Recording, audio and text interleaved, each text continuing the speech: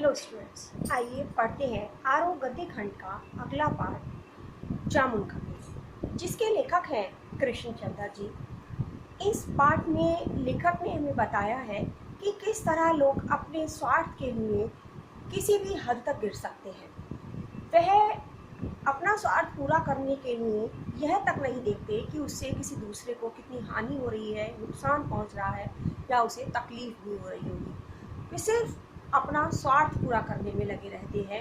यहाँ तक कि अपने स्वार्थ पूर्ति के लिए वह यह तक नहीं देखते कि उनके कारण किसी दूसरे व्यक्ति की जान तक खतरे में पड़ गई है या उन्हें उसकी जान बचाने के लिए कुछ प्रयास करना चाहिए। इस पाठ का नाम जब हम पढ़ते हैं जामुन का पेड़, तो हमें पता चलता है कि यह जो कहानी है इसी जामुन के पेड़ के इर्द गिर्द घूम रही है। तो लेखक हमें बताते हैं कि एक दिन रात को बहुत तेज़ तूफान आया, बहुत तेज़ आंधी चली, तूफान आया और उस तूफान में रात्रि के समय सेक्रेटरीट के लॉन में या सचिवालय के लॉन में लगा हुआ एक जामुन का जो पेड़ था वह गिर जाता है। आंधी बहुत तेज़ थी, उस समय कोई भी वहाँ आसपास नहीं था, इसलिए किसी को नहीं पता चलता। सुबह सवेरा होने पर जब माली आता है, देखता है, तो पता चलता है कि लॉन में एक जामुन का पेड़ गिर गया है। जो माली है वह वहाँ पर जो सुपरिंटेंडेंट है उन्हें बताता है कि इस तरह लॉन में एक पेड़ गिर गया है। सुपरिंटेंडेंट आता है, देखता है और वह देखता है कि वहाँ पर जो जामुन का पेड़ था वह गिर गया और उसके आसपास सचिवालय के सारे लोगों की, क्लर्क, चपरासी और भी सारे लोग जो भी वहाँ मौजूद थे वो सब इकट्ठे हो गए हैं और वो आपस में बातें कर रहे हैं। वो लोग बातें कर रहे हैं कि जामुन का पेड़ कितना हरा भरा था। एक क्लर्क कहता है कि इस पर कितनी मीठी रसीली जामुनें आती थी। दूसरा क्लर्क कहता है कि मैं तो इसकी जामुनें घर ले जाता था झोली भर भर के और मेरे बच्चे बड़े प्यार से खाते थे। कितना फलदार पेड़ था, कितनी मीठी रसीली जामुनें इस पर आती थी। इस तरह की बातचीत वो कर रहे थे। अब वहाँ स्थिति ये थी कि जो पेड़ गिरा हुआ था उसके नीचे एक आदमी दब गया था और उस आदमी की ओर किसी का भी ध्यान नहीं था। कोई उस आदमी को निकालने का प्रयास करना तो दूर, उससे यह देखने की भी कोशिश नहीं कर रहा था कि वह जीवित है या मृत है या मर गया है। चपरासी सुपरिंटेंडेंट को बताता है, सुपरिंटेंडेंट आता है, देखता है और वहाँ इस तरह का माहौल बन जाता है कि कुछ लोग कहते हैं कि चलो सब मिलकर इस पेड़ को हटा देते हैं और इस पेड़ के नीचे से इस आदमी को निकाल लेते हैं। अब सुपरिंटेंडेंट जो है वो कहता है कि नहीं, ऐसे नहीं, मैं अपने अधिकारियों से पूछता हूँ। सुपरिंटेंडेंट इस बात को डिप्टी सेक्रेटरी से पूछता है, डिप्टी सेक्रेटरी जॉइंट सेक्रेटरी से पूछता है, जॉइंट सेक्रेटरी चीफ सेक्रेटरी से पूछता है और इस तरह चीफ सेक्रेटरी मंत्री से पूछता है। सब अपने ऊपर के अधिकारी से पूछते रहते हैं। एक दूसरे से पूछने में ही फाइल आगे चलती रही और आधा दिन बीत जाता है। दोपहर तक पेड़ के चारों ओर भीड़ इकट्ठी हो गई। कुछ मन चले युवक कह रहे थे कि वह खुद ही पेड़ हटा देते हैं तो वहाँ से उस आदमी को निकाल दिया जाएगा, लेकिन उन्हें मना कर दिया गया। अब सुपरिंटेंडेंट आकर कहता है कि ये जो फाइल है ये व्यापार विभाग को भेज दी जाती है।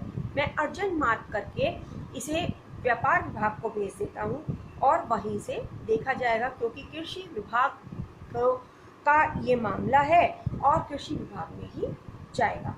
कृषि विभाग वालों ने देखभाल की और उन्होंने मामला देखा और उन्होंने फाइल फिर से वापस व्यापार विभाग को देकर अपना पल्ला झाड़ लिया, अर्थात उन्होंने अपने आप को उस मामले से अलग कर दिया। उन्होंने कहा कि यह हमारे डिपार्टमेंट का मामला नहीं है।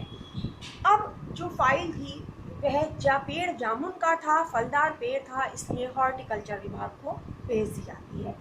हॉर्टिकल्चर विभाग में फलदार पेड़ों से संबंधित ही मामले देखे जाते थे, इसलिए जो फाइल थी वह हॉर्टिकल्चर विभाग को भेज दी जाती है।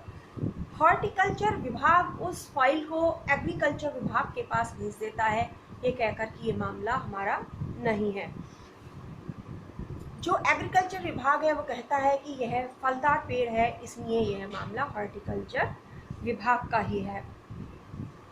अब इसी तरह समय बीतता जा रहा है, चारों ओर पुलिस का पहरा लगा दिया गया।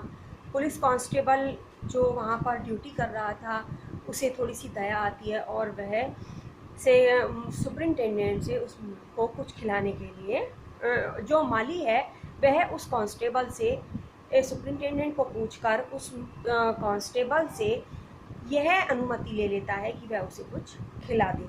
वह उसे कुछ खिलाने चला जाता है। तो जो दबा हुआ आदमी है वह उसे बार बार ये कह रहा था कि कृपया करके उसे उस पेड़ के नीचे से निकाल दिया जाए।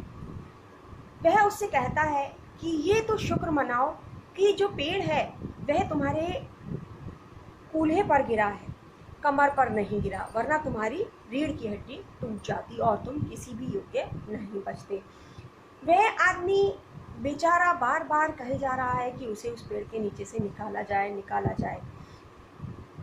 अब कुछ समय और बीत जाता है और हॉर्टिकल्चर विभाग से फाइल यह कहकर भेज दी जाती है कि इस समय सब जगह पेड़ लगाओ आंदोलन चलाया जा रहा है और आप एक पेड़ को काट दिए जाने की बात कर रहे हैं। ऐसा संभव नहीं है कि उस पेड़ को काटकर उस आदमी को उसके नीचे से निकाला जाए। अब वहाँ जो बहुत सारे लोग थे, अलग अलग तरह के लोग, अलग अलग मत, अलग अलग बातें, तो उनमें से कोई एक सुझाव देता है कि इस व्यक्ति को निकालने का एक तरीका और है कि पेड़ को काट कर दिया जाए। इसके बजाय पेड़ काटने पर सरकार को अभी कोई भी आपत्ति है, इसलिए पेड़ को काटने की बजाय इस आदमी को काटकर निकाल लिया जाए। आधा इधर से निकल जाएगा और आधा इधर से निकल जाएगा। तभी वह व्यक्ति चिल्लाता है कि ऐसे तो मैं मर जाऊंगा। दूसरा व्यक्ति कहता है कि आज के समय में मेडिकल साइंस ने बहुत तरक्की कर ली है और प्लास्टिक सर्जरी करके तुम्हें दोबारा से जोड़ा जा सकता है। लेकिन वह व्यक्ति चिल्ला चिल्ला कर कहता रहता है कि ऐसे वह मर जाएगा। जो फाइल थी वह मेडिकल विभाग को भेज दी जाती है पूरा मामला बताकर। मेडिकल विभाग इस बात पर जांच पड़ताल करता है और वहाँ से खबर आती है कि आदमी को काटकर आधा इधर से और आधा इधर से निकाला जा सकता है। प्लास्टिक सर्जरी से ऑपरेशन करके इसको जोड़ा भी जा सकता है। सब कुछ सही हो जाएगा, ऑपरेशन भी सफल रहेगा, लेकिन आदमी मर जाएगा। ऐसा वो वहाँ से रिपोर्ट में लिख कर आता है। तो इस विचार को भी छोड़ दिया जाता है। अब स्थिति यह थी कि रात को आदमी के पास कोई भी नहीं होता। उस समय माली उसे कुछ खिलाने के लिए आता है कि यह भूखा होगा।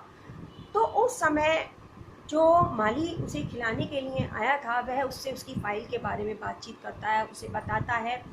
तो उस दौरान वह जो व्यक्ति दबा हुआ था वह अपने मामले में देरी होते देखकर कहता है कि एक शेर सुना देता है। कहता है, ये तो माना कि तगाफुल न करोगे, लेकिन खाक हो जाएंगे हम तुमको खबर होने तक। जब वह ऐसा शेर कहता है तो माली उससे पूछता है, क्या तुम शायर हो?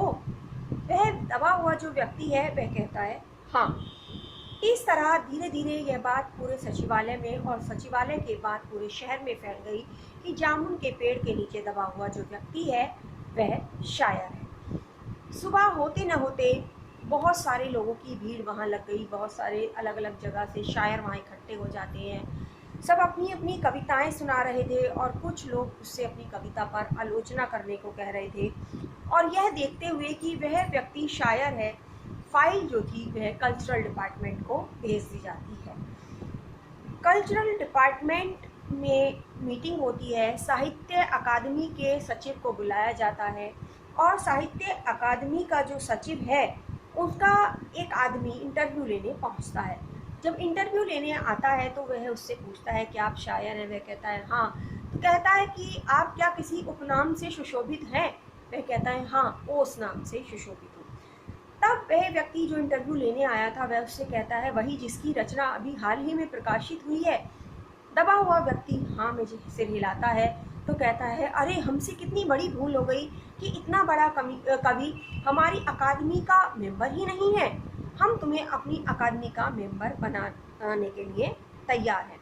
दबा हुआ आदमी उससे सिर्फ और सिर्फ निकालने के लिए कि वह उसे पेड़ से निकाल दे उसके लिए विनती करता है। वह उसे दोबारा आने का आश्वासन देकर चला जाता है। अब अगले दिन वह जो अकादमी का सचिव था, साहित्य अकादमी का सचिव था, वह उसे बधाई देने के लिए आता है कि वह उनकी अकादमी का मेंबर बन गया।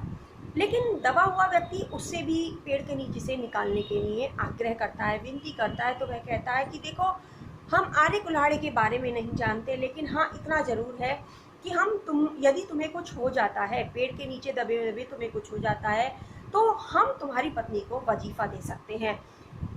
वह व्यक्ति बताता है कि वह लावारिस है, उसका इस दुनिया में कोई भी नहीं है, कृपया आप मुझे पेड़ से निकालिए। लेकिन अब स्थिति यह आ जाती है कि माली कहता है, माली उससे आकर बताता है कि कल वन विभाग वाले आएंगे और वो आकर पेड़ को काट देंगे और दबा हुआ व्यक्ति निकल जाएगा। दूसरे दिन वन विभाग के लोग आते हैं तो वो आरी कुल्हाड़ी लेकर आते हैं कि वो उस पेड़ को काट देंगे और उस व्यक्ति को उसके नीचे से निकाल लेंगे। तभी पता चलता है कि वो पेड़ को काट भी नहीं पाए कि विदेश विभाग से आदेश आ जाता है कि इस पेड़ को नहीं काटा जा सकता, क्योंकि 10 साल पहले पिटोनिया राज्य के प्रधानमंत्री ने सचिवालय के लॉन में इस पेड़ को लगाया था और पिटोनिया राज्य हमारे देश को बहुत लाभ पहुंचाता है। यदि ऐसा कुछ हुआ कि उनके द्वारा लगाया हुआ पेड़ यदि काट दिया गया तो दोनों राज्यों के बीच संबंध बिगड़ सकते हैं और हमारा देश इतना तो कर ही सकता है कि दूसरे देश से अपने अच्छे संबंध बनाए रखने के लिए एक व्यक्ति के जीवन की बलि तो दे ही सकता है या एक व्यक्ति के जीवन को दान तो दे ही सकता है, ऐसा वह कहता है। अब पेड़ काटने की जो प्रक्रिया थी उसे रोक दिया जाता है और अगले दिन अंडर सेक्रेटरी ने बताया कि प्रधानमंत्री विदेश दौरे से वापस आ गए हैं और उन्होंने इस मामले को अपने आप खुद ही देखा है और देखने के बाद उन्होंने यह निर्णय लिया है कि पेड़ को काटने की सारी जिम्मेदारी वो अपने ऊपर ले रहे हैं और उस पेड़ को काट दिया जाए ताकि उस व्यक्ति को वहाँ से सुरक्षित निकाला जा सके। इसलिए अब पेड़ काट दिया जाएगा।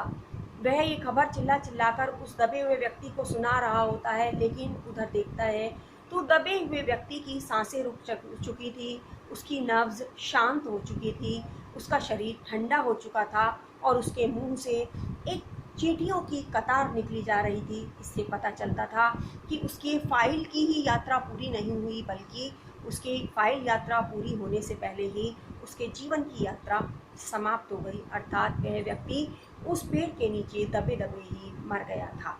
तो लेखक इस पाठ के माध्यम से हमें यह बताना चाहते हैं कि हमारा समाज कितना स्वार्थी हो गया है। वहाँ पास खड़े लोग जामुन की बातें तो कर रहे थे कि वह जामुनें कितनी रसीली होती हैं, कितनी मज़ेदार होती हैं, उन्हें लोग कितने शौक़ से खाते हैं, यह सारी बातें तो वह कर रहे थे, लेकिन किसी ने भी यह प्रयास नहीं किया कि उस पेड़ को हटाकर उस दबे हुए व्यक्ति को वहाँ से निकाला जा सके। वे सारे लोग अपने अधिकारियों से आदेश मिलने की प्रतीक्षा तो कर रहे थे, लेकिन उन्होंने यह नहीं सोचा कि पेड़ को काटे बिना सिर्फ पेड़ को उठाकर यदि उस व्यक्ति को निकाल लिया जाए तो वह व्यक्ति जीवित बच सकता है और सरकार को किसी प्रकार की कोई आपत्ति भी नहीं होगी। तो इस तरह उन्होंने बताया कि हमारे देश के लोग या हमारे समाज के लोग या कहिए कि हम सब लोग कितने स्वार्थी हो चुके हैं और अपने स्वार्थ के लिए हम दूसरे की जान तक की परवाह नहीं करते, जबकि ऐसा नहीं होना चाहिए था। स्थिति उस समय यह थी, परिस्थितियाँ यह कहती हैं कि उस समय सभी लोगों के द्वारा मिलकर उस पेड़ को उठाकर उस व्यक्ति को निकाल दिया जाना चाहिए था। इससे उसके जीवन की रक्षा होती और सरकार के द्वारा बनाए गए नियमों कि पेड़ों को नहीं काटना है, उसकी भी रक्षा हो सकती थी। लेकिन वे सभी लोग सरकारी आदेश की प्रतीक्षा करते रहे। सरकारी आदेश इतनी धीमी गति से चल रहे थे कि उनके पहुंचने से पहले ही उस व्यक्ति की जीवन यात्रा समाप्त हो गई। यहीं पर हमारा पाठ जामुन का पेड़ समाप्त होता है। धन्यवाद।